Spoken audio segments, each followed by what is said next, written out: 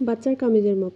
বাচ্চাদের কামিজের মাপ মূলত মাপ ছোট ছোটই হবে, বড়দের মাপ বড় বড় হবে। তো এক একজনের মাপ হচ্ছে এক এক রকম। তো ফার্স্টে আমরা কামিজের লম্বার মাপ নিব। লম্বার মাপ হচ্ছে 15, বডি হচ্ছে 20, কোমর হচ্ছে 18, হিপ হচ্ছে 22, কাঁধ 10, হাত লম্বা 4, মুহুরি 8। তো কামিজ সাধারণত দেখতে এরকম হয়, এটা আমরা সবাই জানি। তো ফার্স্টে লম্বা হচ্ছে 15, তাহলে এখান থেকে এখান পর্যন্ত লম্বা হচ্ছে 15। তো মানে কামিজ কাটার সময় তো আর 15 নিলে চলে না, তার থেকে বাড়তি দিতে হয়। তো লম্বার ক্ষেত্রে আমরা সবসময় আসল লম্বা থেকে কয় ইঞ্চি বাড়তি নেব? 1.5 ইঞ্চি বাড়তি নেব। কয় ইঞ্চি বাড়তি নেব? 1.5 ইঞ্চি বাড়তি নেব। তারপর হচ্ছে বডি। বডি হচ্ছে 20। এখানে বডি আসল হচ্ছে 20, তার থেকে আমরা বাড়তি নেব হচ্ছে 1 ইঞ্চি। তারপর হচ্ছে কোমর। কোমর হচ্ছে 18, তার থেকেও আমরা 1 ইঞ্চি বাড়তি নেব। তারপর হচ্ছে হিপ। হিপ কাকে বলে? এই জায়গাটা হচ্ছে হিপ।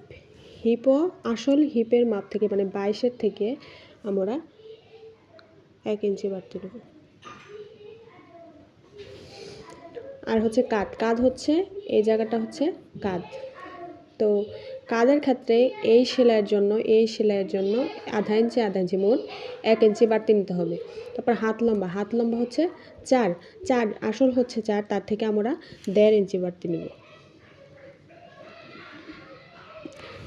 মোহরি হচ্ছে 8, এটা হচ্ছে মোহরি আসল হচ্ছে 8, তার থেকে আমরা 1 ইঞ্চি বাড়তি নেব। তো মোটামুটি বলতে গেলে মানে আসল মাপের থেকে মানে কতটুকু বাড়তি নিতে হবে সেটা মূলত আমাদেরকে জানতে হবে। তো আসল লম্বার মাপ যদি 15 হয়, তার থেকে আমরা 1.5 ইঞ্চি বাড়তি নেব। আসল লম্বার মাপ 15 থেকে 1.5 ইঞ্চি বাড়তি নেব, মানে 15 আর 1.5 ইঞ্চি বাড়তি নিলে হয় 16.5। বডি হচ্ছে 20, 20-এর আসল হচ্ছে 20-এর থেকে 1 ইঞ্চি বাড়তি নিতে হবে, তাহলে 21। কোমর হচ্ছে 18, তার থেকে 1 ইঞ্চি বাড়তি, তার মানে 19। হিপ হচ্ছে 22, তার থেকে 1 ইঞ্চি বাড়তি নিলে হবে 23। কাঁধ 10, এখানে আধা ইঞ্চি, এখানে আধা ইঞ্চি, মোট হচ্ছে 1 ইঞ্চি। 10, 1 ইঞ্চি বাড়তি নিলে হয় 11। হাত লম্বা 4, তার থেকে আমরা কয় ইঞ্চি বাড়তি নেব? 1.5 ইঞ্চি, তাহলে 5.5। মোহরি 8, তার থেকে 1 ইঞ্চি বাড়তি নিলে হয় 9। এখানে আমি শুধু মাপটা বুঝিয়ে দিলাম, তারপর আমি আস্তে আস্তে আরও কিছু মাপ বুঝাবো, তারপরে কেটে আপনাদের সেটা বুঝিয়ে দেবো।